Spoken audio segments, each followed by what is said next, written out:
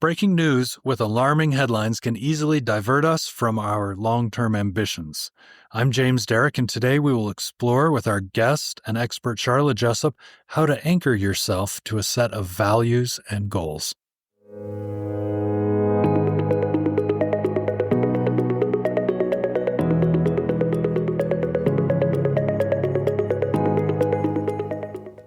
Welcome to the SFS Power Up Wealth podcast, where we provide impactful insight and expert opinions on timeless financial principles and timely investment topics, preparing you to make smarter decisions with your money.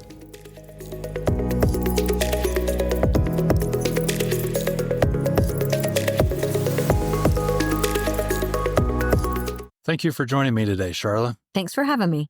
Charlotte is the president of Smedley Financial Services. She holds a certified financial planning designation, and we are fortunate to have her with us today. Charlotte, you recently wrote about anchoring investments to goals, and you mentioned in discussion the meaning of money, which I know is very deep, but it means something different to each person. Could you begin by talking a little bit about how the meaning of money varies from person to person? It does. Everybody has different ideas, different passions, different ambitions about what they want to accomplish in their life and what they want to do with the money that they save. And I'm not talking about just the money that you're using to pay for your rent and your house payment or food and things like that. I'm talking about the discretionary money, the money that you actually get to do something with and decide how it's going to be used. And it comes back to the idea of anchoring your money to a specific goal or idea will help you be much more successful as you save and prepare for whatever you're going to do.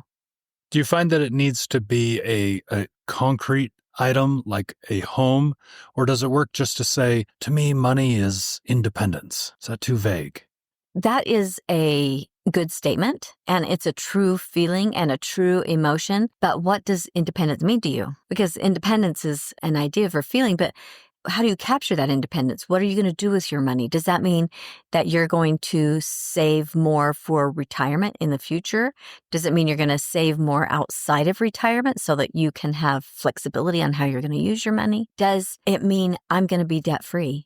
Good questions. When you sit down with people as a financial advisor, do you flesh this out with individuals and couples and families? We spend a lot of time trying to dig deep so that we know them very well and talk to them realistically about what's important to them. What about their values? What are their goals? What are they trying to accomplish? So that we can help them create anchors with their money that will help them be more successful.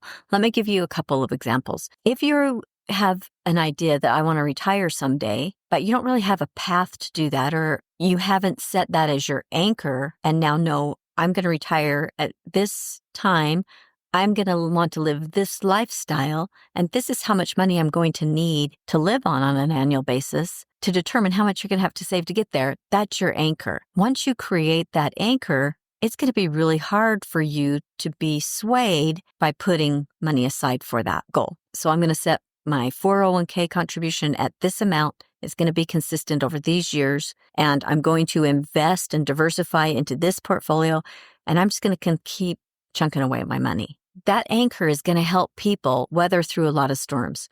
First of all, it's going to keep them contributing because it comes right out of their paycheck. What happens in the economy will have less of an impact, and the market more specifically, because people are talking about the economy, but they really watch what's going on in the market. It's going to have less of an impact if they understand I'm putting my money aside on a monthly basis, but I'm not going to use it for umpteen years down the road. So whatever happens in the market is okay. And if I'm putting money aside, even if the market drops significantly, I'm buying in at a lower price. I'm getting a better deal. It just helps them stay focused by having an anchor. Do you think it's ever too late to drop an anchor, when the distractions of the storm are all around us? No, it's never too late. And I think it becomes even more important to have an anchor at that point than maybe later in life. And the reason being, let me give you another example. We worked with a client one time who came in and they wanted to retire. And so we were talking about their retirement plan and their values and their goals, and that was something they wanted to do. And as we looked through things and worked into their planning, we discovered that they had a lot of debt. That debt was preventing them from having the money to save for the goal that they wanted. So their anchor became getting out of debt. And then they kept on the fridge where they could see it daily, because sometimes anchors should be visual. You need to be able to see it's emotion that you're really tying to, how their debt was decreasing over time. And as their debt is decreasing, they can take that money and continue to apply some of it to their debt, but also increase what they're contributing or saving for their retirement. So now when it comes time to spend money, they already have their goals. They already have their anchor where their money's going to go, and they're less likely to spend frivolously on an emotional purchase because their emotion is tied to something longer term. It sounds like you really helped them out. What other services do you offer as you discuss with clients anchoring? Anchoring can be anything. For some people, it's having enough savings for their kids to go to college or pay for weddings or other things. For some people, it's getting into a new home, trying to save a down payment. The idea is that we are driven by emotions. And so if we have something to focus our emotions on in the long term, we can be stronger when the storm comes. An idea that we might be swayed, whether it's because the markets are really volatile or there's an election change, presidential change coming, administration changes. All of those things aren't going to have an impact that are going to create a sense of urgency to make a change. That's one of the biggest problems that we see is people often make changes in their plans because something has caused them to feel a sense of urgency. The market is dropping. I hear it on the news. The media is saying that I need to make a change in my investment plan. And the reality is my investment plan is down the road. And so I'm going to continue to contribute. Over the years, I've had the opportunity to sit with lots of different people, and especially retirees. And I've never had anybody say to me, I wish I would have bought a certain stock, or I wish I would have put more money in this stock, or I wish I would have taken advantage of this market correction. Really what they're saying to me are, I wish I would have created more memories with my family. I wish I would have spent more time traveling while I had good health. Those are the types of things that having an anchor allow you to do. They've learned that some of the distractions of life, including some financial ones, are in the long run are not the most important things. Right. Well, thank you for coming in to discuss anchoring and the meaning of money with us today, Charlotte. It's a big topic. Thank you. Thanks, James.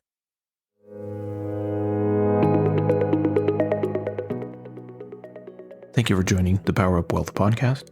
Smedley Financial is located at 102 South, 200 East, Suite 100 in Salt Lake City, Utah, 84111. Call us today at 800-748-4788. You can also find us on the web at smedleyfinancial.com, Facebook, Instagram, Twitter, and LinkedIn.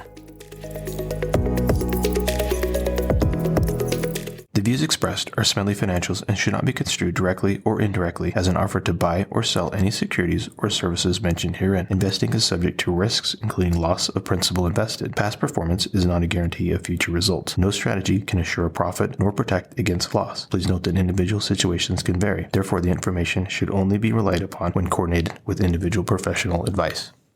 Securities offered through Osaic Wealth, Inc., member FINRA SIPC. Investment advisory services offered through Smedley Financial Services, Inc. Osaic Wealth is separately owned, and other entities and or marketing names, products, or services referenced here are independent of Osaic Wealth.